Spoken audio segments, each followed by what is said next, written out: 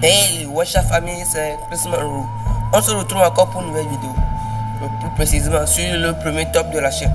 Ce premier top sera constaté sur des persos, c'est-à-dire des personnages qui n'ont pas encore montré leur puissance. C'est-à-dire on ne sait rien d'eux, on sait qu'ils sont de grosses puissances, mais ils n'ont pas encore dévoilé leur puissance. Et moi je fais le top. Parce que je n'ai dit personne fait un tel top, donc moi je le fais pour votre plus grand plaisir. Mais avant de commencer la vidéo, likez, commentez, partagez et abonnez-vous si ce n'est pas déjà fait. Sans plus tarder, let's go.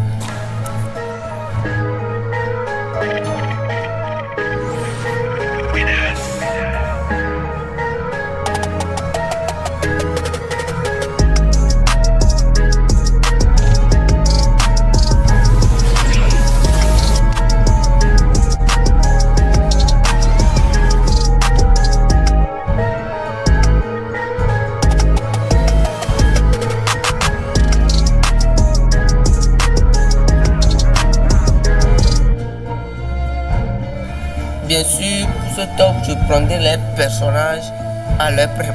Donc, pour mon numéro 10, je mets le Gorosei. Oui, le Gorosei, parce que c'est une instance qui protège Im-sama ou bien Imu, la reine du monde. Donc, il faut qu'il soit minimum puissant. Prenons notre époque. Ceux qui protègent les présidents ou bien les hauts gradés, comme un roi, sont entraînés et sont minimum puissants. Donc, vous voyez, c'est la même chose. Tu protèges. Eux ne protègent même pas un roi d'un pays ou bien un président d'un pays, mais ils protègent carrément la reine du monde. Vous voyez, la reine du monde. Donc il faut qu'ils soient minimum puissants. Bien sûr, je parle de niveau individuel. Mais bon, je ne pense pas qu'ils soient aussi forts que ça. Mais quand les 5 sont réunis, ils sont quand même très puissants. Mais niveau individuel, ils sont minimum puissants. C'est pour ça que je les mets à cette 10e position. Pour ma 9e position, je mets Shaki. Oui, Shaki, la femme, mais la copine de Rayleigh. On sait que dans le temps des Ross, oui, elle faisait partie de l'équipe des Ross. Elle était traquée par Gab lui-même. Gab, celui qui traquait le roi des pirates, la traquait. Donc vous voyez un peu le One Piece Bye. Elle est puissante.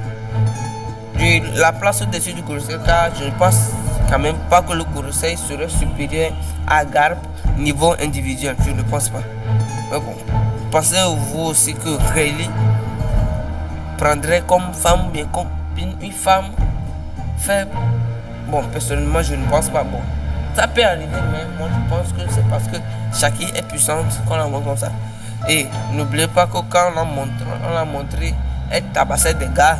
N'oubliez pas, elle a tabassé des bandits qui étaient venus chez elle. Donc vous voyez, comme du n'importe quoi, elle les a tabassés. Elle est puissante. Moi je pense qu'elle est puissante. Mais bon, elle est inférieure à ceux qui viennent quand même, mais elle est puissante. Pour ma 8e place, je mets Weebel. Oui, Weebel car il est considéré comme un barbe blanche 2.0 dans sa jeunesse. Un barbe blanche 2.0, c'est pas rien. C'est de niveau commandant. Et c'est pour ça qu'il est capable de battre tous les commandants de son soi-disant père. Lui-même dit qu'il est le père biologique de barbe blanche, mais bon, on verra bien.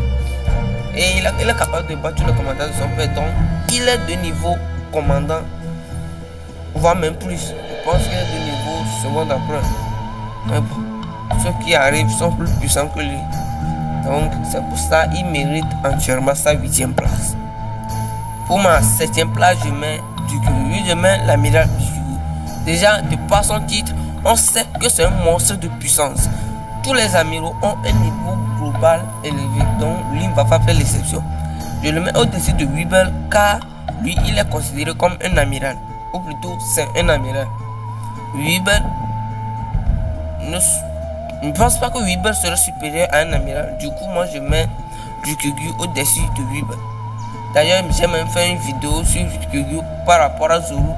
Je pense qu'il est son père. Donc, je vous mets ma vidéo là en description. Vous pouvez aller la voir. En 6e position, je mets Gab. Oui, je mets Gab le héros. Lui, c'est plus la peine de le présenter. Tout le monde sait comment c'est. Mais vous pouvez vous dire pourquoi il est aussi bas. C'est parce qu'il n'a pas le acquis des rois. Je vous mets des vidéos en haut en bas où vous pouvez aller les voir si vous voulez voir quel est son réel niveau. Donc, je le mets en 6e position car il est inférieur à tous ceux qui viennent car ils ont le acquis des rois. Pour ma 5e place, je mets Kong. Kong car il était l'amiral en chef dans le temps de Roger. Or, dans le temps de Roger, il y avait les gars comme Roger, Shiki, et et Barbe Blanche, il y avait les Big Mom, les Kaido, les Shibek, tout ça. Lui, il était l'amiral en chef carrément. Vous voyez le bonhomme, il est puissant. Malgré sa retraite, on le maintient car il a un niveau tout bonnement phénoménal. Il est actuellement le chef des forces armées. Moi, je le place au-dessus de Garp car lui, il a le Haki des rois. Or, Garp ne l'a pas. J'ai fait une vidéo sur Garp et une vidéo sur les futurs. Bon, ceux qui ont le Haki des rois qui ne nous ont pas encore dévoilé, j'ai fait une vidéo sur eux. Je vous les mets cette vidéo en description, vous pouvez aller les voir. Pour ma 4e et 3e position, parce que je ne sais pas comment dépasser ces deux-là, je mets Dragon et Rayleigh. Oui, je mets Dragon et Rayleigh. Pour le premier, Dragon, il est le fils de Monkey D. Garp, le héros. Et il est le père de Monkey D. Luffy, le futur roi des pirates. Donc vous voyez déjà, de par sa génétique, le gars il est puissant. Et il est aussi à la tête d'une organisation qui veut renverser le système actuel. Le Gorosei est immu, donc vous voyez, le gars il doit être puissant. Parce que dans One Piece, la puissance est primordiale. Ce qui fait que Kaido est plus libre que Kid. C'est parce que Kaido est plus puissant que Kid. La puissance est primordiale. Car One Piece c'est un shonen, la puissance est primordiale. Donc Dragon qui veut renverser le système, il doit être minimum puissant. Il doit faire partie des plus grands de ce monde. Donc Dragon est de niveau Yonko. Pour Rayleigh, on sait qu'il est le second du roi des pirates et il est considéré comme le seigneur des ténèbres. Dans le flashback, on a vu qu'il a stoppé Marco avec un seul petit doigt. Et même après avoir resté 20 ans sans être actif, il a tranquillement combattu un niveau amiral. Et même cet amiral, soit Borsalino, dit qu'il ne peut pas l'arrêter. Et que même pour ça, il faudrait que la marine prépare minutieusement le terrain. Comment toi, un amiral, tu dis ne pas pouvoir arrêter un vieux niveau Yonko qui est resté inactif pendant 20 ans? C'est parce qu'un amiral ne peut pas battre un niveau Yonko seul. Donc un Yonko égale à 2 niveaux amiral.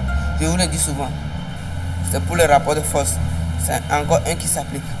Et même Garp parle de lui comme une légende. Il dit que la marine ne peut pas combattre l'équipage de Barbe Blanche et Rayleigh solo en même temps. Donc vous voyez le bonhomme, le gars il est puissant. Pour la 2e position, je mets Shanks. Ok, je vous mets une vidéo en haut à droite dans la description dans laquelle je parle de Shanks. Donc, pour faire bref, dans la vidéo je dis qu'il est le pirate le plus puissant actuellement. Mais bon, vous allez, après avoir vu la vidéo, bien, même après avoir entendu ça, vous allez vous dire pourquoi il est le plus puissant, mais il est deuxième. C'est parce que celui qui vient est juste plus puissant que lui. Mais bon, vous verrez. Pour le premier de ce premier top de la chaîne, je mets Roddy Shebes. Je mets Shebes car il est considéré comme le pirate le plus puissant que le grand roi des pirates ait combattu. Être le pirate le plus puissant que le grand roi des pirates ait combattu n'est pas rien. Car on sait que le roi des pirates est le pirate le plus puissant de tous les temps. On disait même qu'il régnait sur les mers avant l'ère de Roger. Donc voilà, le gars il est puissant. Il a même réussi à soumettre Barbe Blanche, Kaido, Big Mom, tout ça. Donc vous voyez le bonhomme il est puissant. M1 ロックス D ジーベックすでにこの世にはおらんがしばしば現れる D の名を持つ海賊だった。 Et ouais, sa famille, c'est fini pour ce top. Si vous voyez qu'un personnage a été placé trop haut, trop bas dans le classement, vous pouvez me dire en commentaire. Ou si j'ai oublié un personnage, vous pouvez me dire en commentaire. Donc, si ce, on dit à la prochaine pour une nouvelle vidéo. Peace!